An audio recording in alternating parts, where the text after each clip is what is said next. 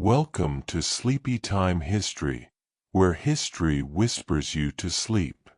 Tonight, we journey gently through the distant beginnings of Japan, uncovering the ancient roots of a nation shaped by nature, time, and the quiet footsteps of early humanity. Long before there were emperors, samurai, or cherry blossoms blooming in spring, there was simply land and sea, and time. The islands we now know as Japan were not always islands. Over 20 million years ago, they were still connected to the edge of the Asian continent. Slowly, tectonic shifts, those deep, patient movements of the earth, began to separate this land from the mainland. Volcanoes bubbled and burst, mountains rose from the sea, and in time, the archipelago of Japan emerged. Four main islands, Honshu, Hokkaido, Kyushu, and Shikoku, surrounded by thousands of smaller ones, drifted into form. Japan's geography, with its rugged mountains, deep forests, and winding coastlines, would shape everything that came after. The sea both separated it from other lands and connected it, gently regulating its rhythm of contact with the wider world. As early as 35,000 years ago, during the Paleolithic period, the first known humans stepped onto this land. They were hunter-gatherers, small bands of people who moved with the seasons. We know they were here because of stone tools they left behind, uncovered by archaeologists in places like the Iwajuku site in modern-day Gunma Prefecture. These tools, blades, scrapers, and spear points, speak softly of their lives, of hunting, of fire, of survival in a time before language was written down. These people lived during the Ice Age, when sea levels were lower and Japan was more connected to the continent by land bridges. From Siberia and Korea, they may have crossed into the Japanese archipelago, chasing game or simply wandering forward as humans so often do. Then, around 14,000 BCE, something remarkable began. This was the dawn of what historians call the Jōmon period, one of the earliest known settled cultures in human history. Jōmon means cord-marked, referring to the intricate patterns pressed into the surface of their pottery, often using twisted cords. These pots, many over 10,000 years old, are among the oldest in the world. They were not just practical items, they were expressions of early art and thought.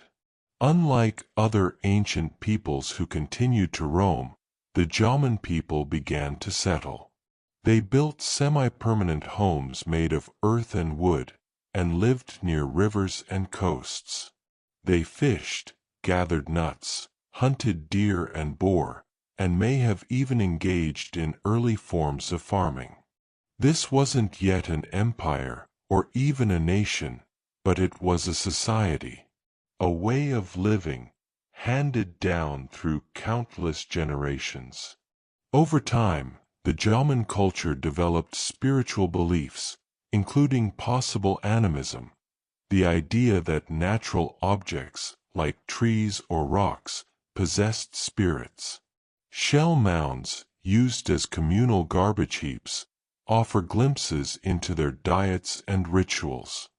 Dogu figurines, small clay figures with exaggerated features, suggest ceremonial or symbolic meaning, though we cannot be sure. For over 10,000 years, the Jōmon culture endured, a length of time almost impossible to imagine. During this era, the sea rose again, turning Japan once more into islands, cut off from the Asian mainland by the waves. And yet, life continued, shaped by rhythm, season, and silence. Then, around 900 BCE, change arrived once more. A new culture began to emerge, gradually blending with, or replacing the Jōmon. This was the start of the Yayoi period, named after the Tokyo neighborhood where its distinct pottery was first discovered. Unlike the cord-marked ceramics of the Jōmon, Yayoi pottery was smoother, more refined. It hinted at something new. The Yayoi people brought with them wet rice agriculture, bronze and iron tools, and new social structures. Many scholars believe they came from the Korean peninsula, crossing the Tsushima Strait in small boats, bringing with them seeds and knowledge that would transform the archipelago. Where the Jōmon were hunter-gatherers with limited hierarchy, the Yayoi introduced more organized farming and a clearer division of labor. Villages grew larger, and with them came signs of emerging leadership, cooperation, and perhaps inequality. DNA studies suggest that modern Japanese people are a mixture of these two ancient groups, the indigenous Jōmon and the migrant Yayoi. Their union, over centuries, would become the foundation of the Japanese identity. And so, on these islands shaped by fire and wave, two cultures, one ancient and rooted, the other new and driven, quietly wove together the earliest strands of what would become Japan.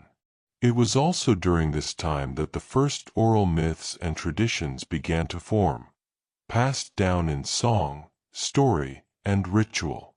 Though these stories are not history in the strictest sense, they offer insight into how early people saw their world. In later centuries, these oral traditions would be collected and recorded in texts like the Kojiki and Nihon Shoki, which trace the legendary origins of Japan to gods such as Izanagi and Izanami, who created the islands, and Amaterasu, the sun goddess from whom emperors would later claim descent. While these myths would shape national identity, it's important to remember they belong to the realm of legend, not the archaeological record. Still, these stories flowed alongside the river of fact, echoing something deep, a sense of place, of belonging, of continuity. By the end of the Yayoi period, around 300 CE, Japan was beginning to see the rise of small, powerful clans. Large burial mounds called kofun began to appear, signaling the emergence of early rulers. This marked the transition into a new era. But that, dear listener, is a tale for another night. For now, let us linger in these earliest memories, the quiet forests of Jōmon Japan, the paddies of the Yayoi, and the gentle hush of waves lapping against ancient shores. The Yayoi people, with their rice fields and bronze bells, had already begun reshaping Japan. Their arrival brought new technologies and social patterns that spread across the islands. But in the centuries that followed, something more profound began to take root: the emergence of leadership, of symbols, of early statehood. By around 250 CE, Japan entered what is known as the Kofun period, named for the large, keyhole-shaped tombs, or kofun, built for powerful leaders. These mounds, some stretching hundreds of meters in length, were often surrounded by moats and filled with grave goods, mirrors, swords, jewelry, and clay figurines known as hanawa. These figures, sometimes shaped like humans, animals, or houses, were placed around the tombs, perhaps as protectors or spiritual guardians. The construction of these tombs marked a deepening of hierarchy. This was no longer just a land of farmers and village leaders. Somewhere amid the misty valleys and river plains, powerful clans were rising. These clans, called uji, each claimed descent from a divine ancestor. Some were warrior lineages, others were sacred families of priests and ritual keepers. As the centuries passed, One clan, the Yamato, began to outshine the rest. Centered in what is now Nara Prefecture, the Yamato clan gradually extended its influence across central and western Honshu. Through diplomacy, alliances, and perhaps quiet conflict, the Yamato rulers forged what may be considered Japan's first political structure, a loose confederation of clans united under a sacred king. It is during this time, in the late 4th to 5th century, that we begin to see the emergence of Japan's imperial line, a lineage that, according to tradition, has never broken. Though the historical record is hazy, the Yamato kings claimed divine descent from Amaterasu, the sun goddess. This belief would shape Japan's identity for centuries to come. By the 5th century, the Yamato rulers were corresponding with the powerful dynasties of China. One Chinese record, compiled during the Lusong dynasty, speaks of 5 successive kings of Wa, the name then used for Japan, who sent envoys to the Chinese court seeking titles and recognition. These kings, known in Japan as the 5 Kings of Wa, likely belonged to the Yamato line. It is here that Japan's story begins to intersect more clearly with the broader currents of East Asia. From the Korean peninsula, especially the kingdoms of Beach, Silla, and Goguryeo, came waves of influence. Korean artisans and scholars brought ironworking, horse riding, military knowledge, and above all, writing. Chinese characters, kanji, were adopted and slowly adapted into the Japanese language, opening a world of record-keeping, poetry, and philosophy. But the most transformative import of all came in 552 CE, according to tradition, the year that Buddhism was formally introduced to Japan. An envoy from the Korean kingdom of Beach presented the Yamato court with a statue of the Buddha, sacred texts, and a letter praising the wisdom of the faith. This offering sparked both awe and anxiety. Some clans welcomed the new religion, seeing its rituals as a path to power and prestige. Others resisted, fearing it would offend Japan's native gods, the kami, who lived in trees, rivers, and mountains. This conflict would simmer for decades, until the Soga clan, strong supporters of Buddhism, gained dominance. Under their patronage, temples were built, including Asakadera, one of the first Buddhist temples in Japan, and monks began teaching the new doctrines to curious nobles and court officials. Meanwhile, the Yamato court itself was changing. Under rulers such as Empress Suko and her regent, the wise and philosophical Prince Shotoku, Japan moved closer to centralized government. Prince Shotoku, who lived in the late 6th and early 7th century, is remembered for many things, though much of his legacy is wrapped in legend. Still, it is widely accepted that he played a pivotal role in promoting Buddhism, Chinese-style governance, and ethical rule. He is credited with authoring the 17-article Constitution in 604 CE, not a legal code in the modern sense, but a moral guide for officials, emphasizing harmony, reverence for Buddhism, and loyalty to the emperor. Shotoku also opened formal diplomatic relations with the Chinese Sui dynasty, boldly referring to the Japanese ruler as the Son of Heaven in the land where the sun rises, a statement that hinted at growing confidence and equality with the mighty Chinese Empire. As centuries passed, the Yamato court continued to evolve. The arrival of Buddhism led to the blending of beliefs. Temples rose near Shinto shrines. The native kami were seen as protectors of Buddhist law.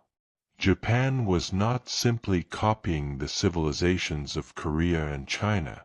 It was transforming those ideas into something uniquely Japanese. By the early 8th century, the court compiled its first written histories, the Kojiki in 712 CE and the Nihon Shoki in 720 CE. These texts, though filled with myth and divine lineage, also attempted to record the line of emperors and the foundation of the state.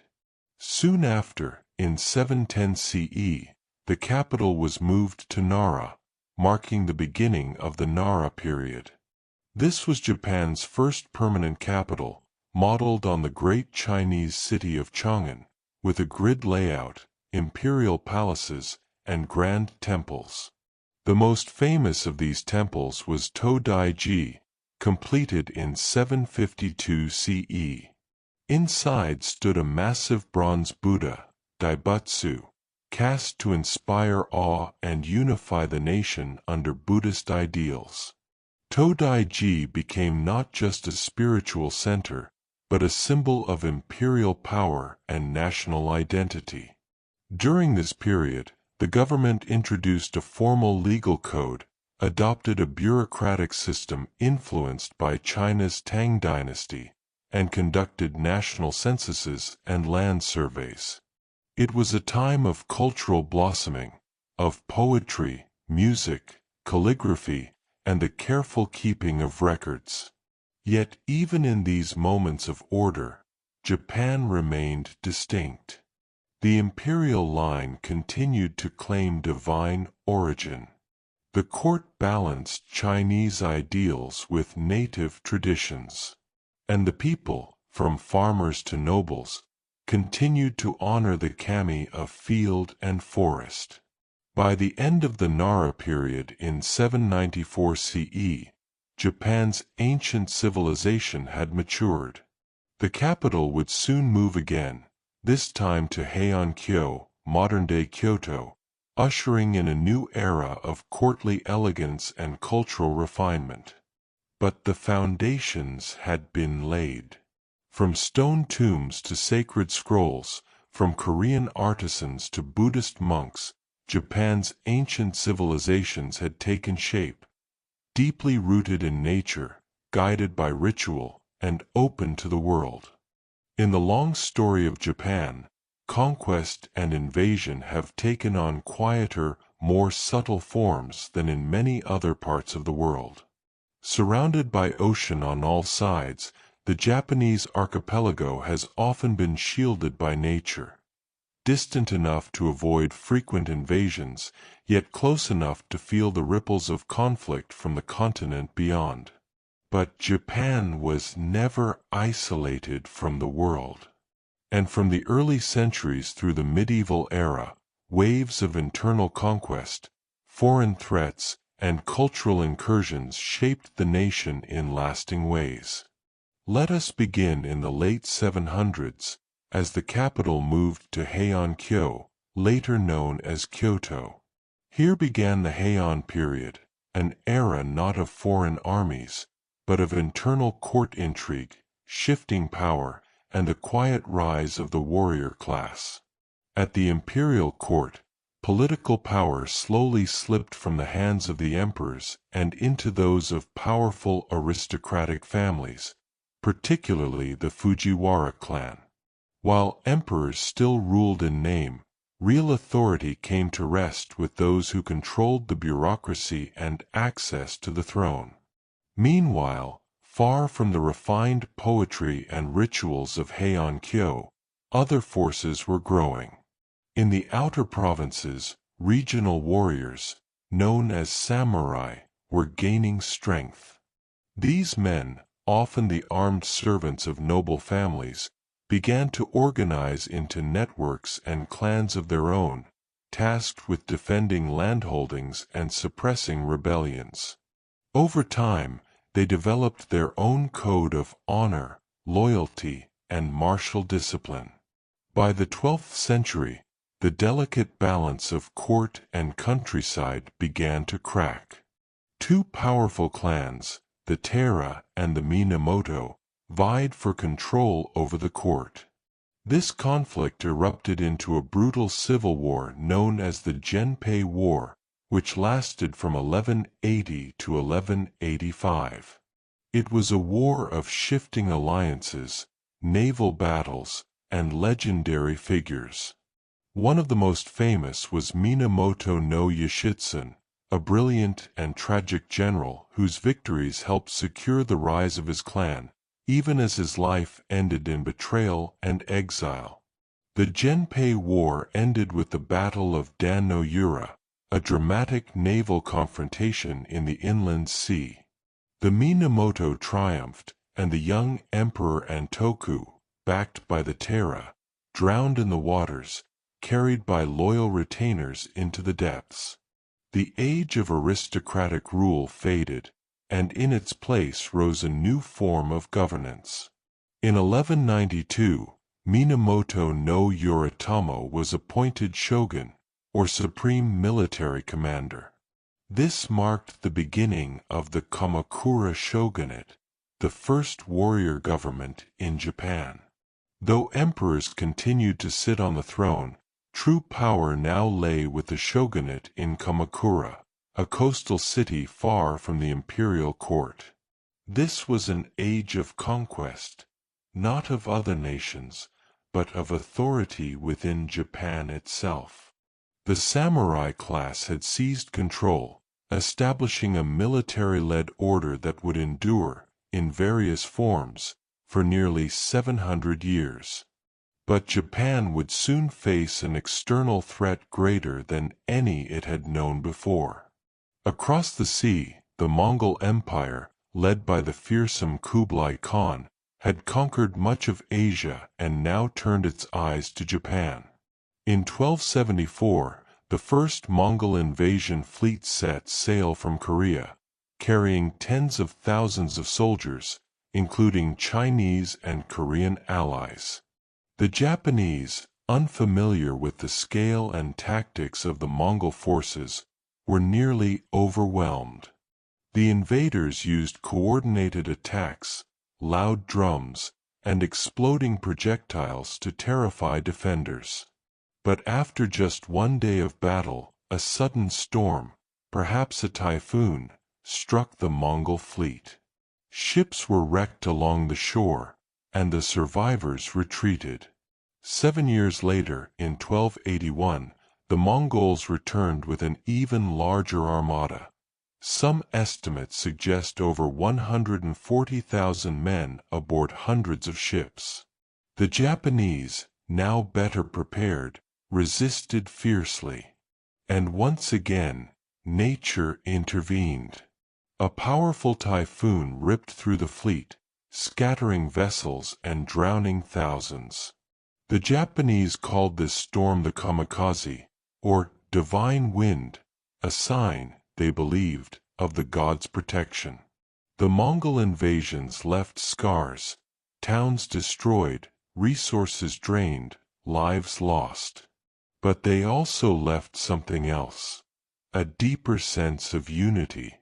For the first time, clans from across Japan had worked together to defend the islands from a common enemy.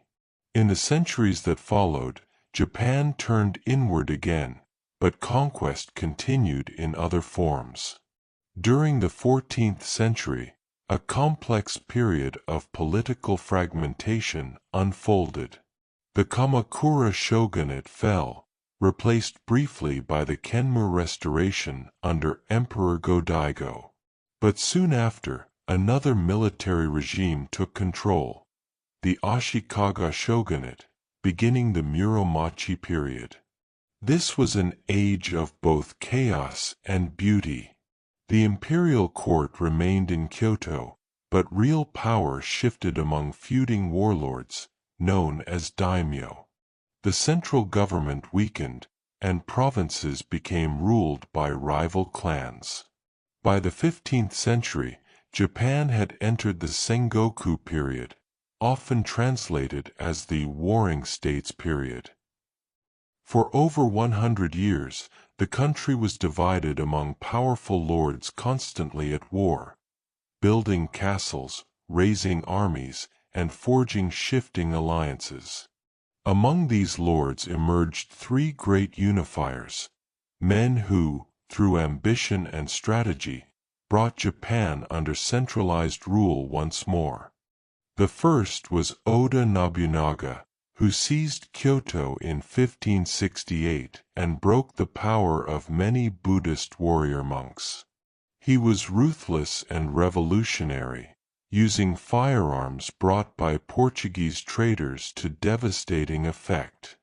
Next came Toyotomi Hideyoshi, a former peasant who rose through the ranks to become the ruler of Japan.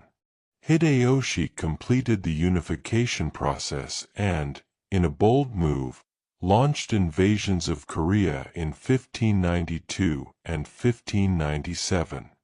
These campaigns, meant to expand Japan's influence into Asia, ultimately failed, but they marked one of Japan's few major offensive military campaigns outside its borders before the modern era.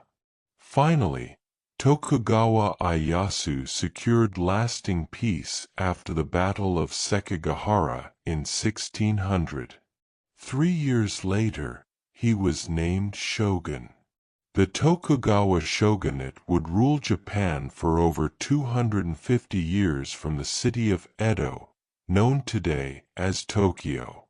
During the Tokugawa era, foreign conquest faded into memory. Instead, the focus turned to internal order, social hierarchy, and isolation. In 1639, Japan closed itself off almost completely from the outside world, entering a period known as Sakoku, the locked country. Only the Dutch, Chinese, and Koreans were permitted limited trade, and only at the small port of Nagasaki. Christianity was banned. Foreign travel was forbidden. Japan became a world unto itself, peaceful, orderly, and insulated from the upheavals beyond its shores. Yet even during this time, subtle invasions continued, not of armies, but of ideas. From smuggled books and hidden Christian communities to the quiet influence of Chinese Confucian philosophy, outside thought continued to seep into the country, like wind through a shuttered screen.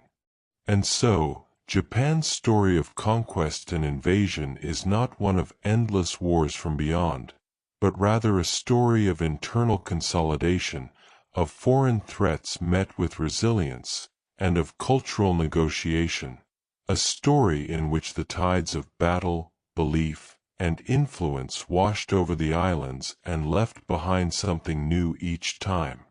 The sword, the storm, and the scroll.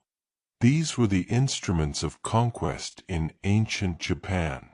In the next chapter of this journey, we will follow Japan into its age of empire and expansion, when isolation ends and the world comes rushing in. By the early 17th century, Japan had drawn its curtain closed.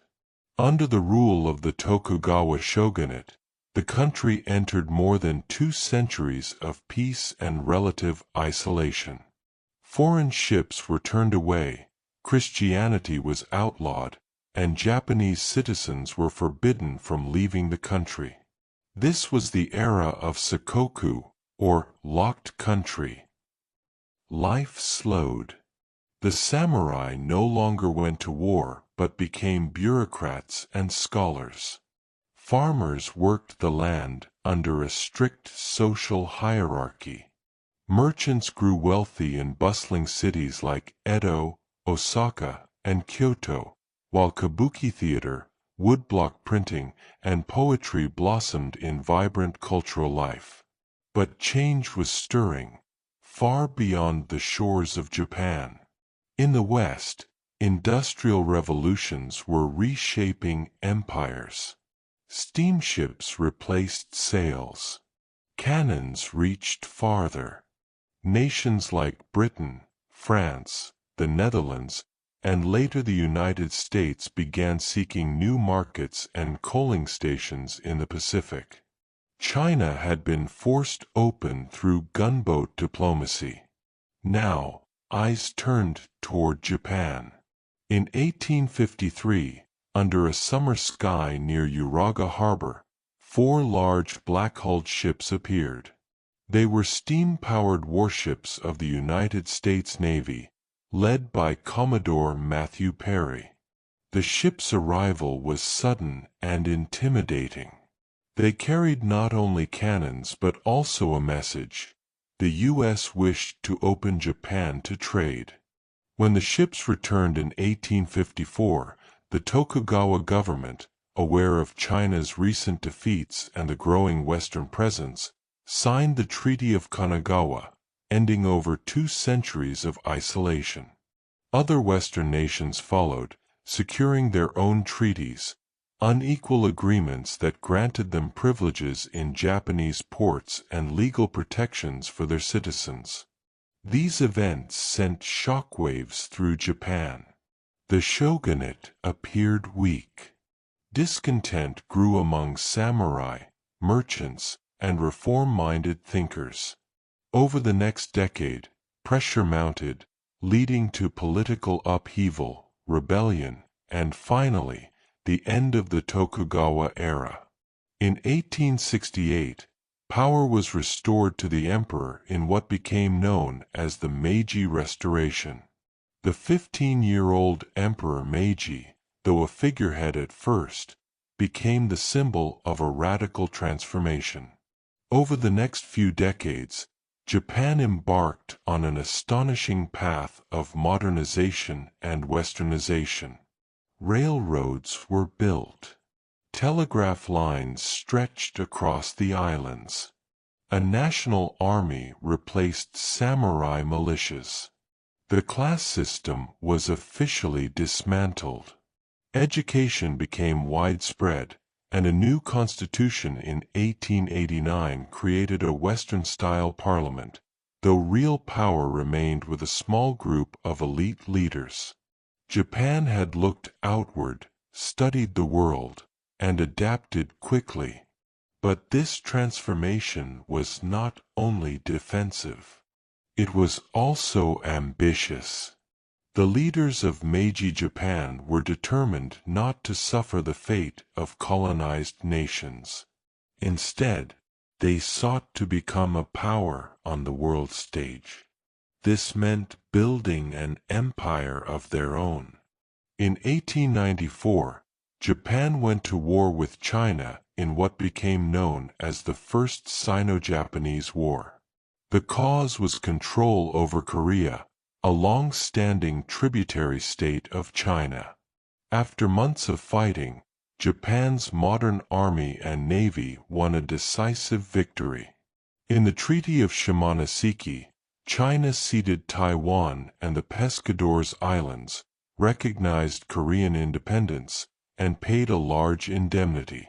The world took notice. For the first time, an Asian nation had defeated a major Western-backed empire. But the victory also drew envy. A diplomatic move known as the Triple Intervention, led by Russia, France, and Germany, forced Japan to return one of its spoils, Port Arthur, in southern Manchuria.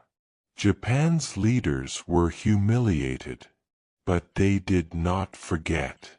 In 1904, war broke out again, this time with Russia, one of the world's largest empires. The Russo-Japanese War was fought over influence in Korea and Manchuria. It was brutal and costly, but once again, Japan emerged victorious. The decisive naval battle of Tsushima, in which the Japanese fleet destroyed much of Russia's navy, shocked the world. The Treaty of Portsmouth, mediated by U.S. President Theodore Roosevelt in 1905, confirmed Japan's new status. It gained influence over Korea, control of Port Arthur, and the South Manchurian Railway. 3 years later, in 1910, Japan formally annexed Korea, making it a colony. Japan had become an empire. Back home, the early 20th century was a time of rapid industrialization. Cities grew. Factories multiplied. Railways crisscrossed the islands. A new sense of national pride filled textbooks and government speeches. Military service became mandatory. The emperor was elevated as a sacred figure once more. Japan participated in World War I on the side of the Allies, seizing German possessions in the Pacific and China. Though not a major military player in that war, Japan gained a seat at the peace table and expanded its influence. By the 1920s, Japan controlled not only Taiwan and Korea, but also parts of Manchuria and several Pacific islands once held by Germany. It had built a navy rivaling those of Britain and the United States. And yet, tensions were building once more. Economic struggles, political instability, and rising militarism simmered beneath the surface. Still, in this era of expansion, Japan was not only acquiring territory. It was also grappling with identity. What did it mean to be both Asian and modern? How could Japan honor its traditions while imitating the West? And at what cost would its empire be built? In the cultural sphere, artists, poets, and philosophers explored these questions. Shinhanga woodblock prints mixed Western techniques with Japanese themes. Writers like Natsume Soseki reflected on the tension between individual freedom and national duty.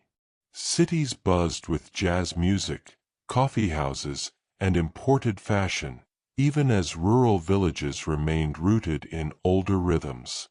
This duality, modernity and tradition, conquest and preservation, defined the Meiji and Taisho eras. By the 1930s, Japan's ambitions would grow still larger.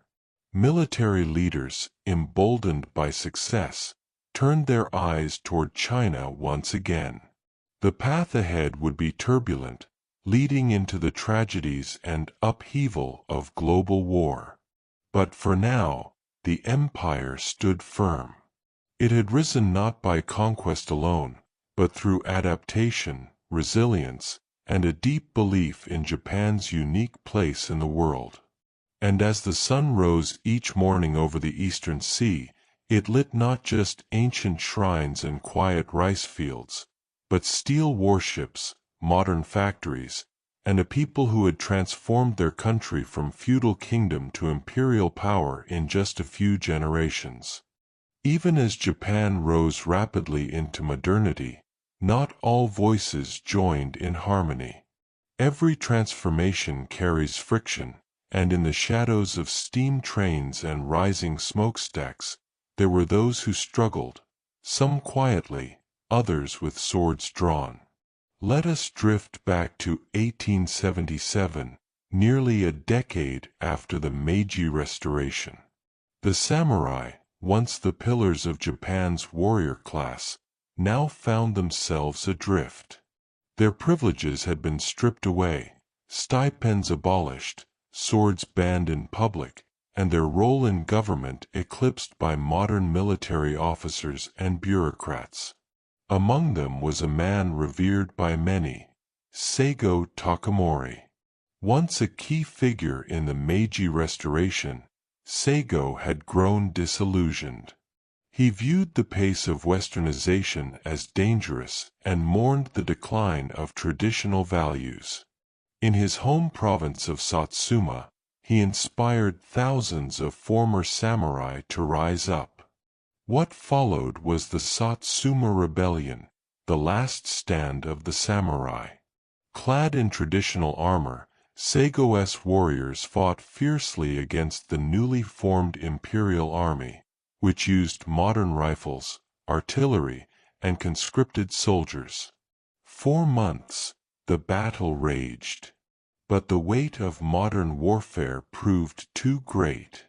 In September 1877, near Shiroyama, Seigo was mortally wounded. Legend holds that he took his own life in the samurai tradition of seppuku, though details remain uncertain. The rebellion was crushed, but Seigo became a symbol of honorable resistance. Today, a statue of him stands in Tokyo's Ueno Park, a dog at his side, his gaze steady. Though the rebellion failed, it spoke to a deeper truth. Japan's transformation was not seamless. Beneath the surface, many wrestled with the loss of old ways and the uncertainty of the new. Throughout the Meiji period, small acts of dissent continued. Buddhist monks protested state favoritism toward Shinto. Peasant uprisings flared in rural villages in response to high taxes and famine. Intellectuals debated whether Japan was sacrificing its soul in pursuit of progress. Even the freedom and people's rights movement of the 1880s, though not a rebellion in the armed sense, was a form of resistance. Its leaders, such as Itagaki Taisuke, demanded democratic reforms, civil rights, and limits on government power. They published newspapers, held rallies, and lobbied for a constitution. Though their influence was curtailed, the 1889 constitution bore traces of their ideals. Abroad, too, Japan faced growing resistance, not from within, but from the lands it had conquered. After annexing Korea in 1910, Japan imposed strict colonial rule. Korean language and culture were suppressed. Korean students were taught to bow before portraits of the emperor. Land was confiscated, and uprisings were met with violence. The most significant moment came on March 1, 1919, when a nonviolent declaration of Korean independence sparked nationwide protests. Known as the March 1 movement, it involved more than 2 million Koreans. Japanese authorities responded harshly. Thousands were killed, wounded, or arrested. Though the protests were suppressed, they marked a turning point. The Korean people had shown the world that they would not quietly accept domination. Similar resistance emerged in Taiwan, also under Japanese rule. While Japan built roads, railways, and schools, it also censored free expression and repressed indigenous cultures. In 1930, the Wusha Rebellion saw Sedic tribesmen, led by Mona Hideo, rise against Japanese forces. The response was devastating. Over 600 Sedic were killed. But the rebellion remains a powerful symbol of defiance. Back in Japan, the 1920s brought a brief breath of democratic air.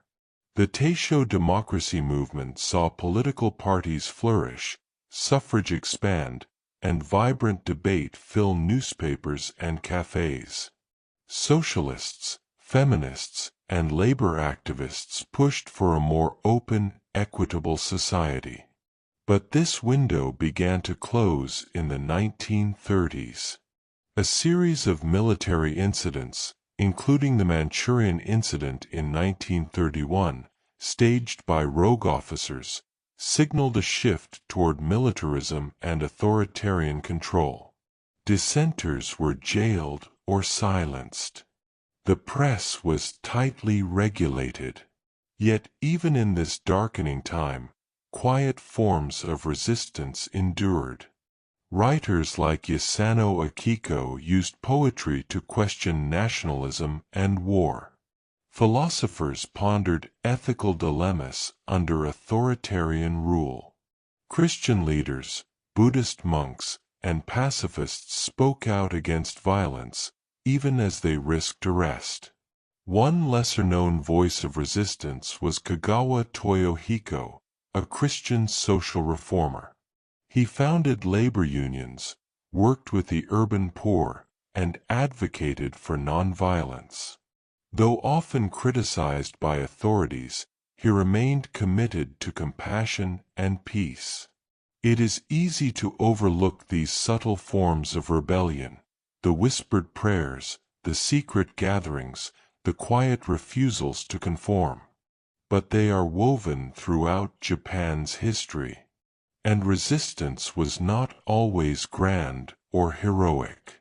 Sometimes it was personal, a father teaching his children the old poems, a woman wearing traditional kimono when Western dress was the norm, a shopkeeper refusing to display propaganda. Each act, however small, spoke to a longing for balance, for dignity, for a voice. As Japan entered the 1930s, the drums of war grew louder. The empire would soon plunge into conflict once more, testing its people, its ideals, and its endurance. But even in the storm to come, the spirit of resistance, measured, human, quietly courageous, would never fully disappear. And as the night deepens, we remember that history is not only made by emperors and armies, but also by those who pause, reflect, and, in their own way, say no. Japan's story, like the gentle flow of a river, is shaped by moments when the current shifts, quiet yet profound turning points that change the course of the nation's journey. One such moment came in the early 20th century, as Japan balanced between tradition and modernity, isolation and empire, peace and war. Following the Meiji Restoration, the rapid changes transformed Japan from a feudal society into a world power. But these changes came with new challenges, both at home and abroad. The Russo-Japanese War of 1904 to 1905 marked a significant turning point. For the first time in modern history, an Asian nation defeated a European empire in a major conflict. The victory energized Japan's national pride and confirmed its place among global powers. It was a startling message to the world and a proud moment for Japan's people. Yet the peace that followed was uneasy. Japan's expanding empire created tensions with its neighbors and the Western powers. The annexation of Korea in 1910 brought a long and painful chapter of colonial rule, sparking resistance movements and international criticism. Meanwhile, the Taisho period, 1912 to 1926, ushered in a brief era of liberalism and democratic experiments. Political parties gained strength, and new voices emerged calling for broader suffrage, workers' rights, and social reforms. Women began advocating for their rights, planting seeds for future change. But these hopes were soon overshadowed by growing militarism and nationalism. The Great Depression in the late 1920s struck Japan hard, worsening economic hardship and fueling political instability. Many turned to the military as a source of strength and direction. The Manchurian Incident in 1931 was another major turning point. Japanese officers staged an explosion on the South Manchurian Railway as a pretext to invade and occupy Manchuria, a resource-rich region of northeastern China. This aggressive act shocked the international community, but was celebrated by many in Japan as a bold step toward securing resources and influence. Over the next decade, Japan's military expanded its reach, leading to the full-scale Second Sino-Japanese War starting in 1937. This brutal conflict devastated parts of China and would eventually merge into the wider struggles of World War II. Back home, political power shifted steadily from civilian government to military leaders. Censorship increased, opposition was suppressed, and Japan moved inexorably toward war. Yet, even amid this turmoil, there were voices of conscience and courage.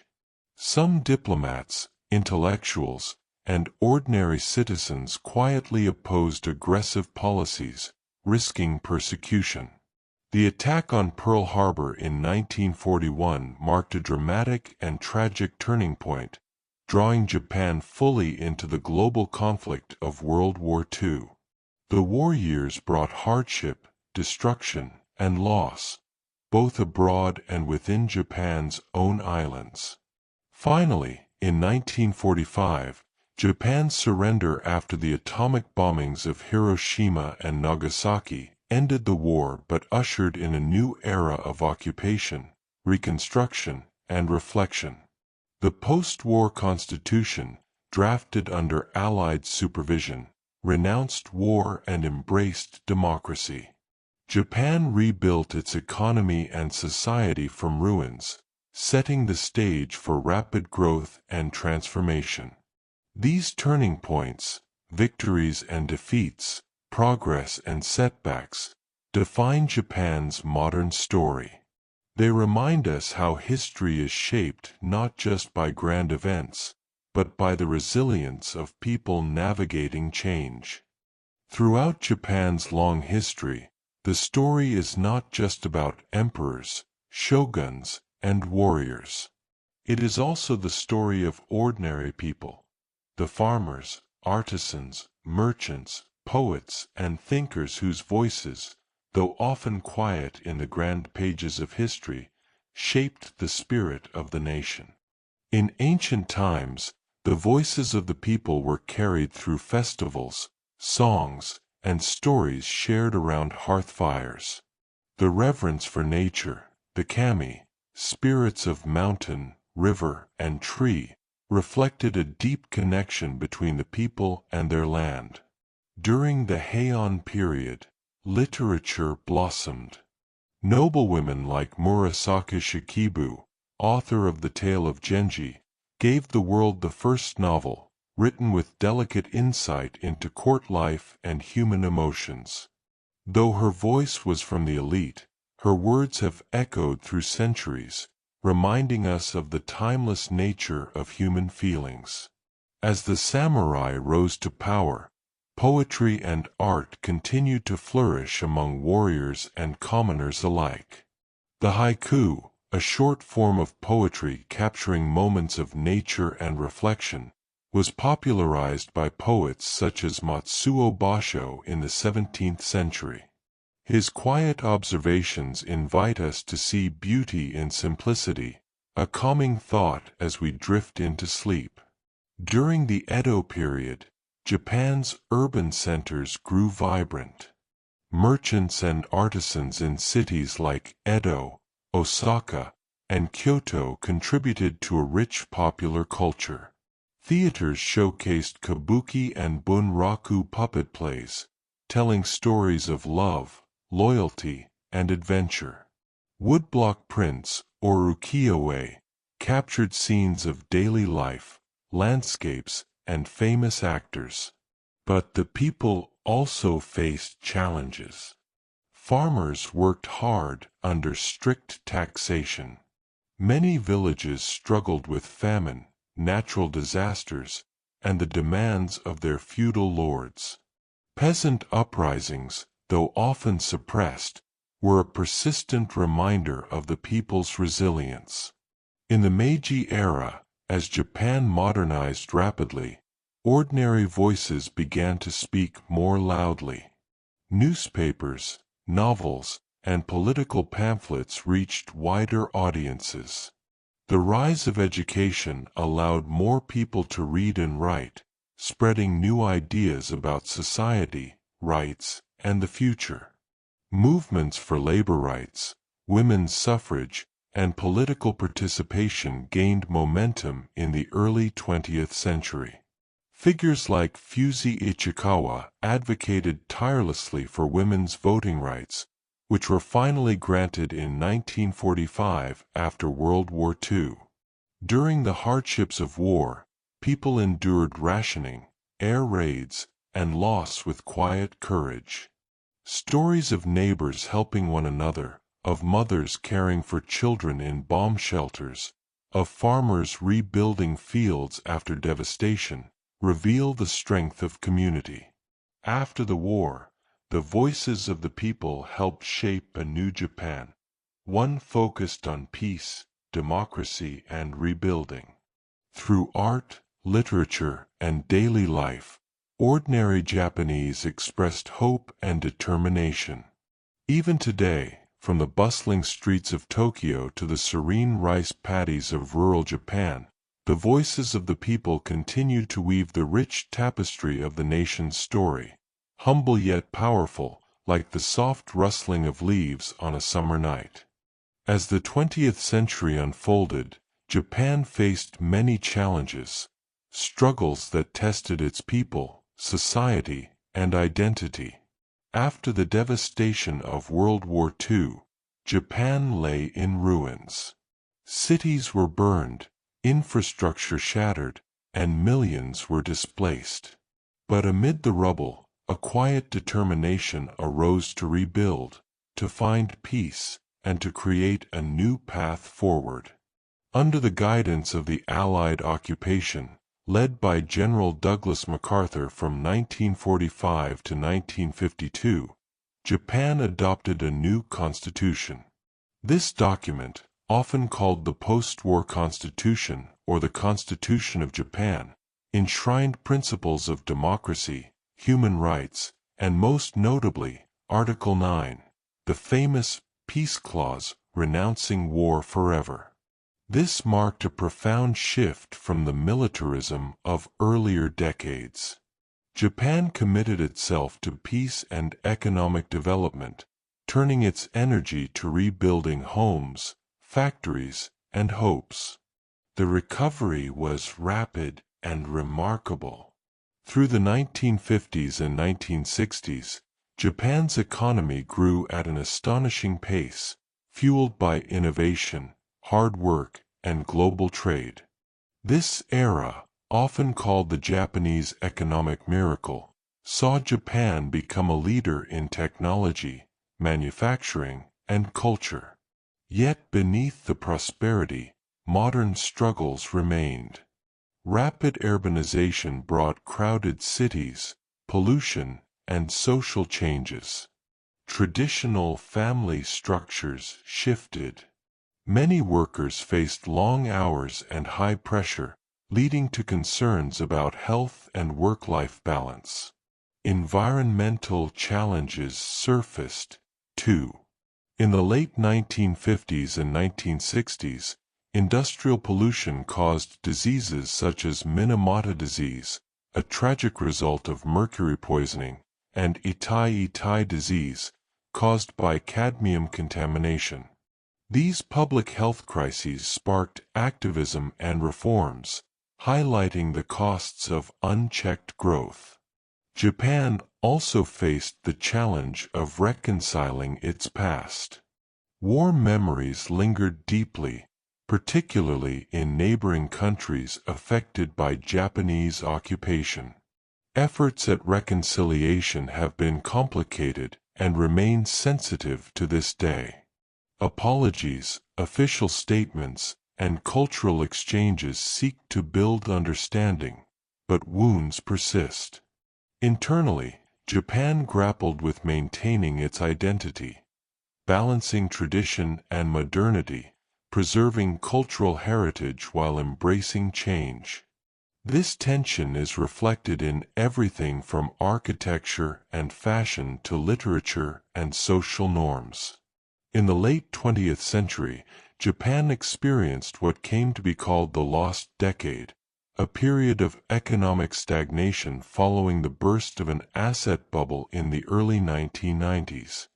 This brought uncertainty and hardship, affecting jobs, housing, and social welfare. Despite these difficulties, Japan remained a stable, peaceful nation, known for its safety, innovation, and cultural richness. Today, Japan faces new challenges. An aging population and low birth rate raise questions about the future workforce and social care. The country works to balance economic growth with environmental sustainability and technological advancement. Natural disasters continue to shape life, too. The 2011 Tohoku earthquake and tsunami, and the Fukushima nuclear disaster reminded the world of nature's power and the resilience of the Japanese people. Throughout these modern struggles, Japan's spirit endures, quiet, adaptable, and ever hopeful. The story of Japan is one of continual transformation, of facing hardship and finding new ways forward, wrapped in the gentle rhythms of seasons and centuries. As we gently arrive in the present day, let us take a soft journey through the land that is Japan today, a country where ancient traditions coexist with cutting-edge technology, and nature's beauty blends with bustling cities. Japan is an archipelago of nearly 7,000 islands, with four main ones: Honshu, Hokkaido, Kyushu, and Shikoku. These islands stretch across the Pacific Ocean, shaped by volcanoes, mountains, rivers, and seas. Mount Fuji, Japan's tallest peak at 3,776 meters, stands as a serene symbol of the nation. Its snow-capped summit has inspired poets, painters, and pilgrims for centuries. Despite its relatively small land area, about 378,000 square kilometers, Japan is home to over 125 million people, making it one of the most densely populated countries in the world. The majority live in coastal urban centers where modern skyscrapers rise alongside historic temples. Tokyo, the capital, is a sprawling metropolis of over 14 million people, blending neon-lit streets, ancient shrines, and tranquil parks. It is a global hub of finance, culture, and innovation. Other cities, like Kyoto and Nara, whisper stories of Japan's imperial past through their well-preserved temples, gardens, and traditional wooden houses. The streets of Kyoto during cherry blossom season paint a soft pink across the cityscape, a fleeting beauty celebrated in festivals and poems. Japan's geography shapes much of its life and culture. The island's mountainous terrain means only about 12% of the land is suitable for farming. Rice paddies stretch across the fertile valleys, and agriculture remains an important part of the rural economy. The four distinct seasons are deeply woven into Japanese identity. Spring's cherry blossoms, sakura, bring renewal and joy. Summer is marked by lively festivals and fireworks. Autumn's fiery maple leaves inspire reflection, and winter offers quiet snow-covered landscapes and soothing hot springs, onsen. The sea surrounds Japan, and fishing has been a cornerstone of life for millennia. Japan remains one of the world's largest consumers of seafood, with traditions such as sushi and sashimi celebrated worldwide. Japan also embraces modernity in remarkable ways. Its transportation network is among the most advanced on Earth. The Shinkansen, or bullet train, zips passengers across the country at speeds over 300 kilometers per hour, connecting cities smoothly and efficiently. Technology and innovation thrive here, from robotics and electronics to sustainable energy research. Yet, many communities continue to honor festivals and rituals passed down through generations, blending old and new in a graceful dance. Japan's landscapes also tell stories of natural forces. The country lies on the Pacific Ring of Fire, where tectonic plates meet. Earthquakes are common, and Japan has developed sophisticated warning systems and building techniques to protect its people. Volcanoes like Mount Aso and Sakurajima remind all of the land's fiery origins. In parks and forests, deer roam freely in places like Nara Park, and sacred sites invite quiet contemplation. Traditional arts such as tea ceremonies, ikebana flower arranging, and calligraphy remain cherished practices. Japan today is a land of contrasts and harmony, a place where the ancient and the futuristic live side by side. As you close your eyes tonight, imagine walking through a quiet bamboo grove, hearing the gentle rustle of leaves, or watching lanterns float softly on a river during a summer festival. This is Japan, a nation shaped by nature, history, and the steady voices of its people. As our gentle journey through Japan's past and present comes to a close, we turn our thoughts softly toward the future, the hopes and dreams that will shape this island nation in the years to come. Japan stands today at a crossroads of tradition and innovation, of quiet reflection and bold ambition.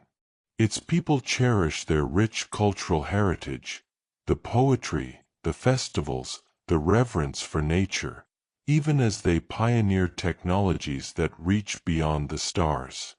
One of the greatest challenges Japan faces is its aging population. With one of the world's longest life expectancies and a low birth rate, the nation is exploring new ways to care for its elders while inspiring younger generations to thrive. Communities across Japan are embracing innovation in healthcare, robotics, and sustainable living, imagining futures where technology gently supports everyday life without losing the warmth of human connection. Environmental stewardship remains a guiding hope. Having experienced nature's powerful lessons, from earthquakes to tsunamis, Japan leads efforts in disaster preparedness and renewable energy. Protecting the delicate balance between people and the land is a promise made by many. In education and culture, Japan continues to inspire the world. Its artists, writers, and creators blend ancient traditions with fresh voices, shaping stories that resonate across generations and borders. Peace, a hard-won treasure, remains at the heart of Japan's aspirations. The lessons of history guide its commitment to diplomacy, cooperation, and understanding among nations. Looking forward, Japan's hopes rest not only in grand plans but in everyday moments: a child's laughter beneath cherry blossoms, a farmer tending rice paddies at dawn, a family gathered around a shared meal. These simple threads weave the fabric of tomorrow, a future where the gentle rhythm of history continues, and the spirit of a resilient people shines softly like the morning sun. Thank you for joining me on this tranquil journey through Japan's past, present, and dreams ahead.